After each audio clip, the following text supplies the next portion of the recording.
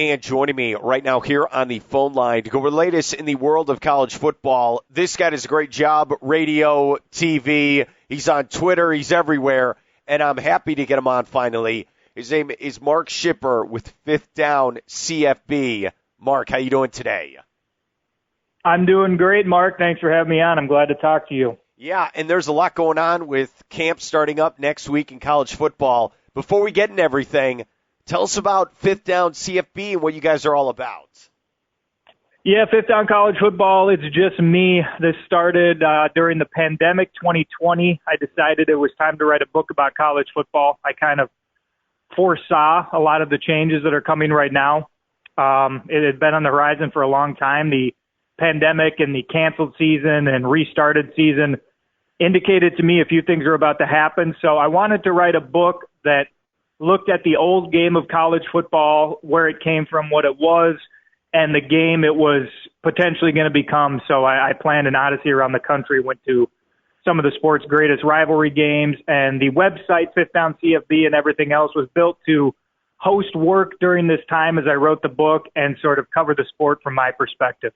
Well, I know you were telling me this off air, 2021, you talked with Steve Spurrier for all of our Gator fans, and if you follow Mark on Twitter, you could see the video clips of that.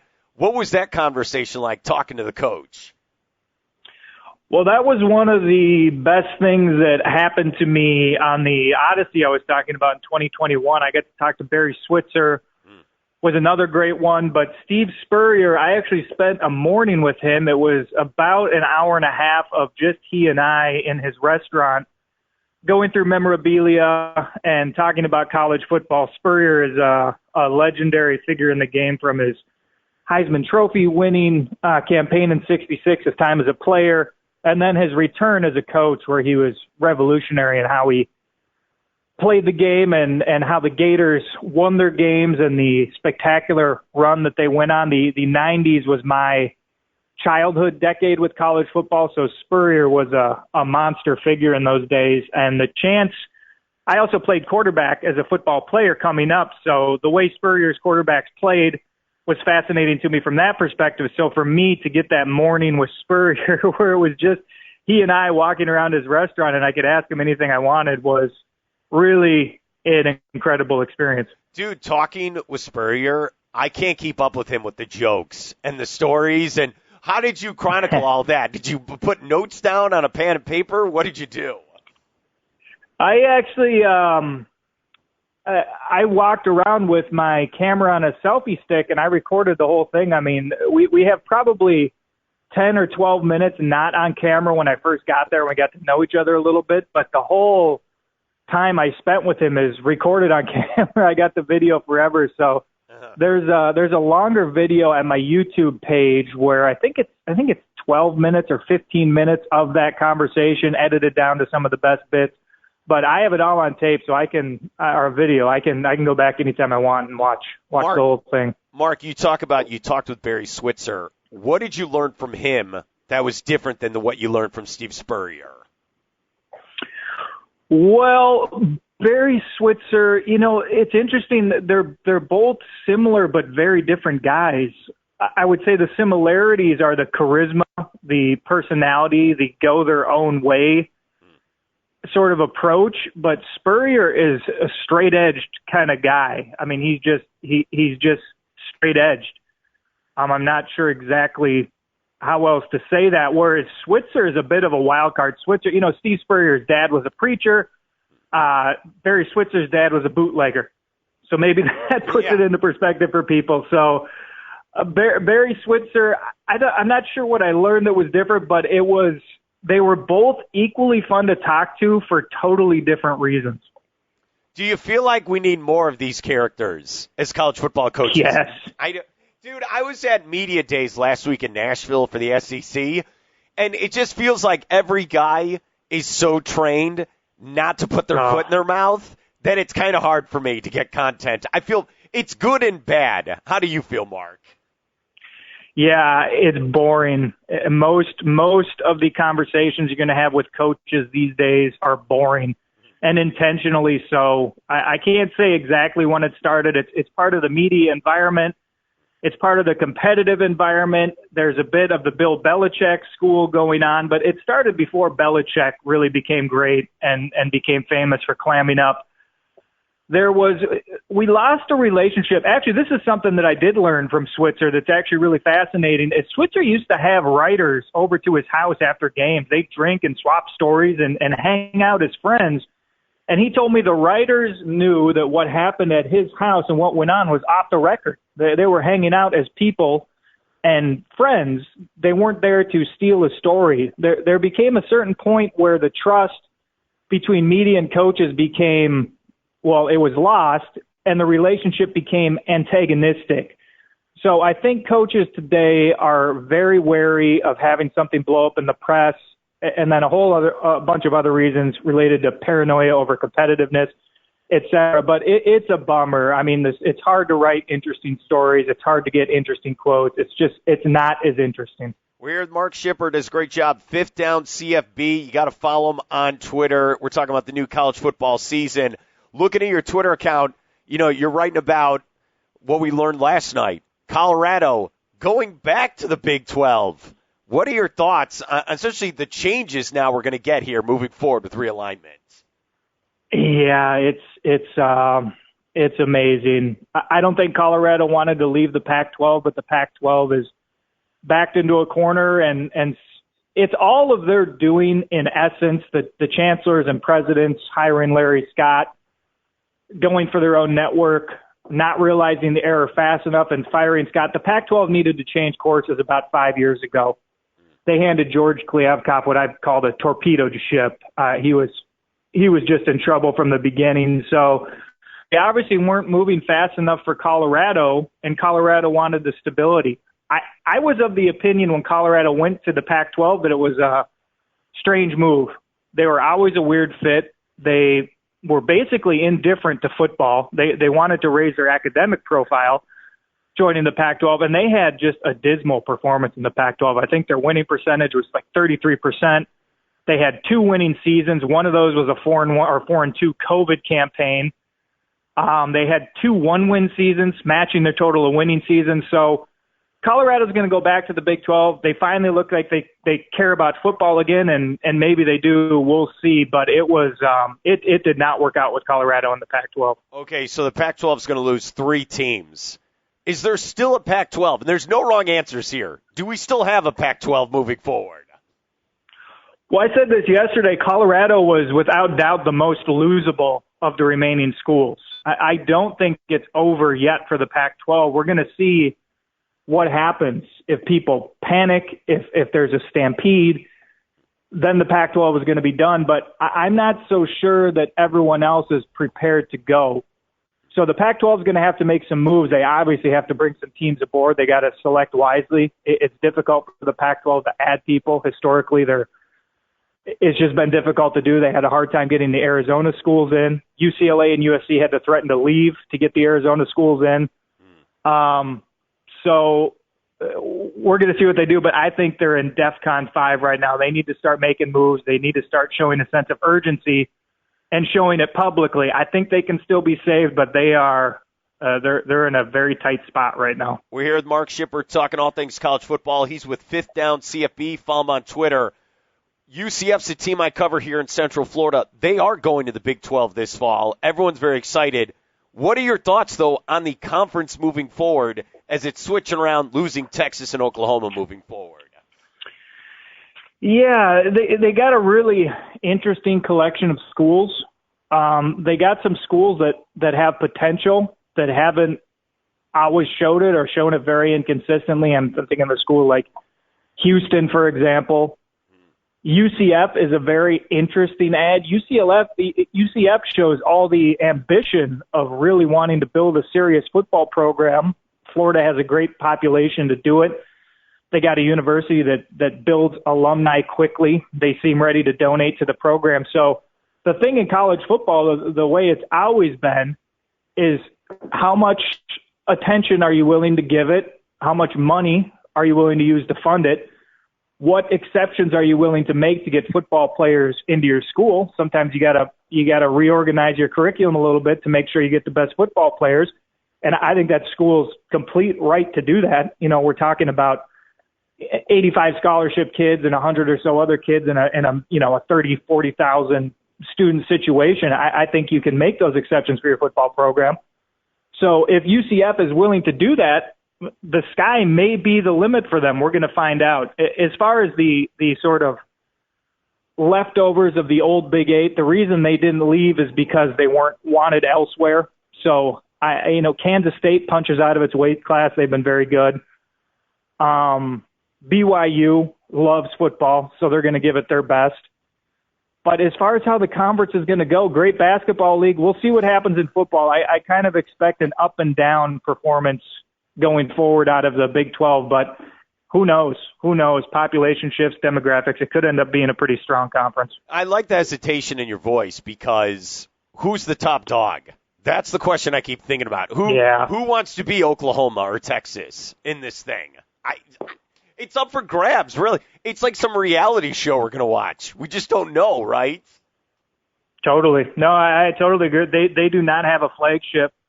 You could almost argue that BYU is the most football-obsessed school in the league. I mean, BYU has been wild about football forever. I think for a long time they were the only school outside the BCS leagues, I think, that had a 60,000-plus seat stadium and regularly filled it. So, is BYU the flagship? Can they be the flagship? I don't know. So I totally agree. It's a different kind of league when you don't have traditional powers leading the league into the charge. So yeah, I agree with you. It's kind of going to be a reality show experience to see how it plays out. Let's go to the Big Ten. You're there in Chicago. Crazy times, what happened in Northwestern over the last couple weeks. Then USC and UCLA are going to join. And then Jim Harbaugh with maybe the 4-game suspension. What is going on with the Big Ten right now? Yeah, I don't know. We're going to see how it plays out with Northwestern. We had one of our media trials by media immediately when the news broke and countering lawsuits. And I'm waiting for everything to come out. There are claims that there are going to be revelations that are going to shake the earth, and there may be. And we're going to hear from Pat Fitzgerald, and we're going to hear from Jim Phillips, who was AD and is now commissioner of the ACC. Yeah.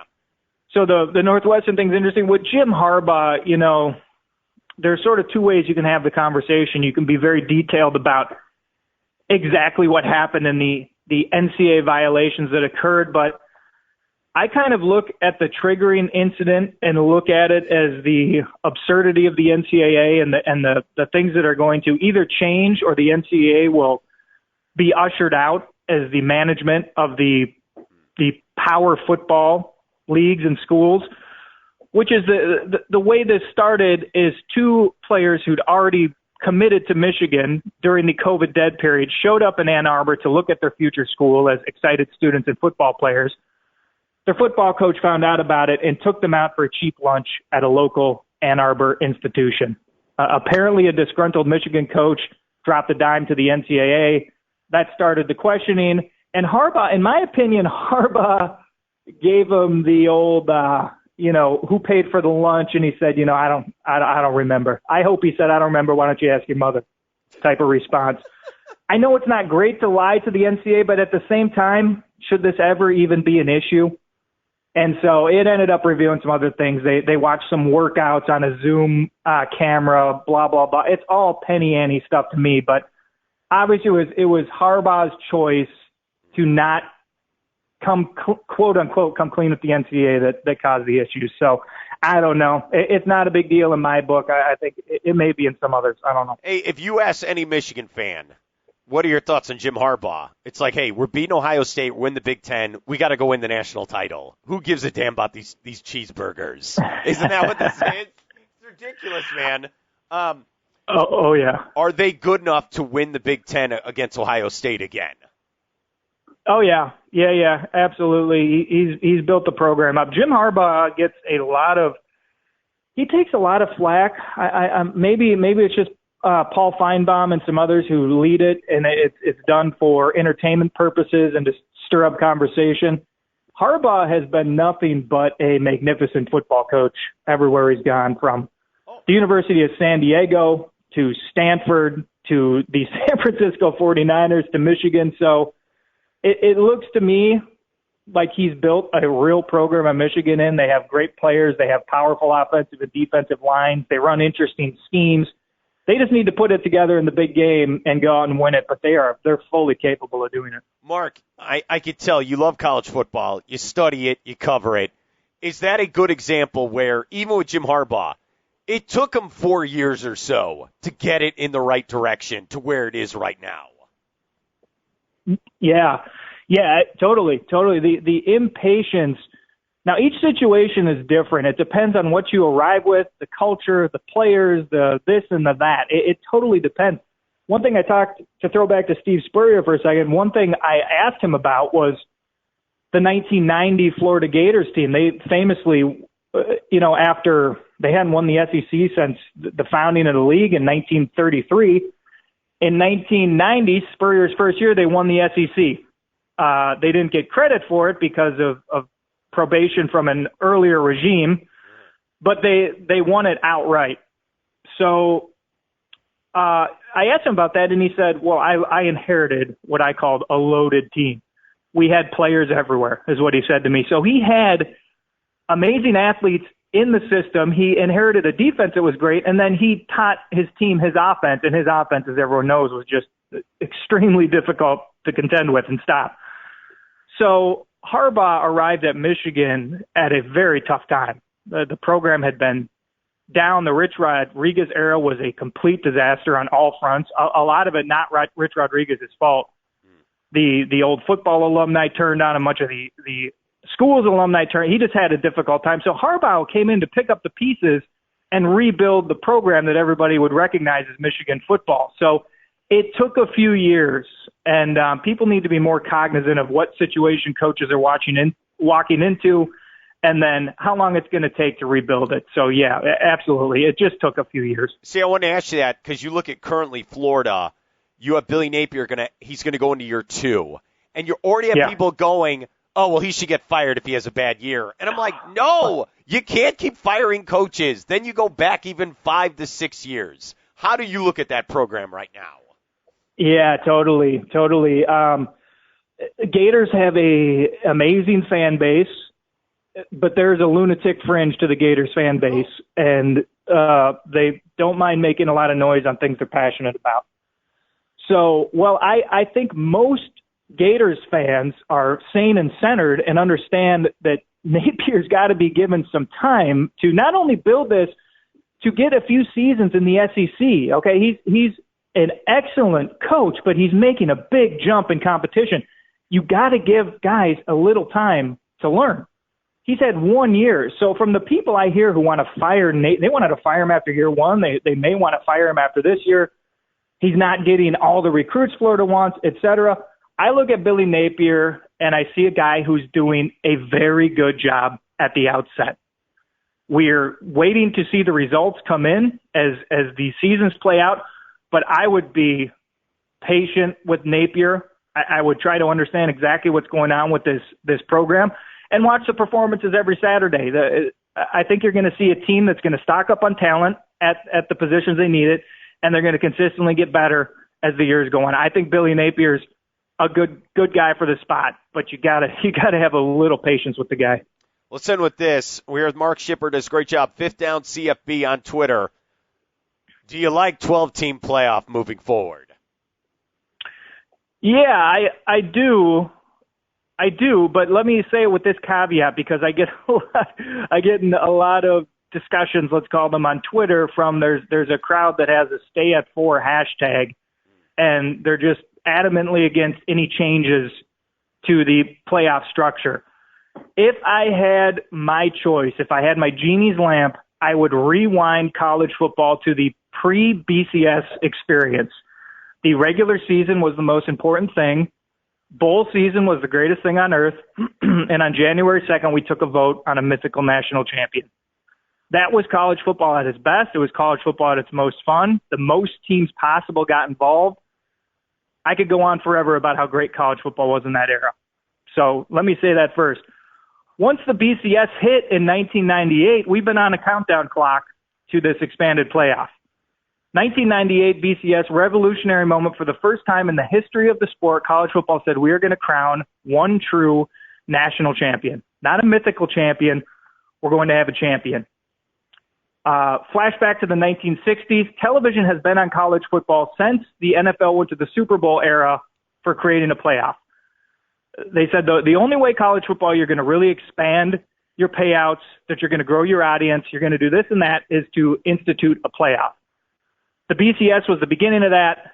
The CFP is the second part of that. The further expansion is a complete inevitability. So what I look at with this is we need to get the best 12-team version we can. And if we go to 16, we need to get the best 16-team version we can. That involves some type of reward for a great regular season and some type of balance with selecting the best teams who may have suffered a loss over the course of the season. The problem with the 4-team CFP is it's a worst-case scenario for the Bowls. You have 4 teams playing for a championship. Immediately, everything else becomes devalued. So people get angry at the media and say, stop focusing on the championship. That's what media does. If you have a championship, that's the big event. So the opt-outs on bowls, the disinterest in bowls, the empty stadiums for bowls, the bowls are dying. So with this 12-team playoff, hopefully we can salvage the bowls. Hopefully we can keep the importance of the regular season intact, et cetera. And more than that, I do think it's going to be fun. I think games on campus are going to be fun. Yeah. I think the tournament's going to be fun. So I am looking forward to it. I'm optimistic it's going to be fun. My only concern is the consumer. So you want me to go to a championship Saturday game for the conference, then I have to go to a playoff game, then a semifinal. How are you paying for all this to go on all these games? Yeah. I don't understand. Very, very real concern, and something they're going to have to get really serious about and plan it out well. I don't think the initial format we're going to see is going to be the final format. Totally agree with you. There's a whole bunch of different solutions being bandied about. One of them is eliminating the conference championship games, and I think that might be a viable solution going forward. They almost seem redundant. It's like, or find a way to integrate conference championships into the playoff. Something on that front. They should probably try to reduce a game somewhere. And I just say that. I'd say you need to reduce a game somewhere, because totally true. You're not going to 3 postseason games and paying premium prices, flights, and hotels. Yeah, if you're Notre Dame or Alabama, you're already in the playoff. You can have 2 losses, you're in. Don't worry about it. We'll throw you in there. How can we check out your book, the website, Twitter, all that stuff? The floor is yours, buddy. Yeah, I appreciate that, Mark. The book is being worked on right now. I hope to have it done around the end of this season. It's been a long journey, but I'm excited about it. I think college football fans are going to love it. FifthDownCFB.com is my website. You can check that out. That's going to be updated. I'm always putting work up there. It's just a good place to check out some articles, et cetera. If you want to interact directly, Twitter, Instagram. Twitter is probably the best option. Fifth Down CFB at Fifth Down CFB, and I'm around. So if you want to chat college football, I'm always there. Mark Schipper, my man, thank you so much for coming on. It's nice meeting you, and I hope I can get you on again sometime. All right, Mark. Appreciate you anytime.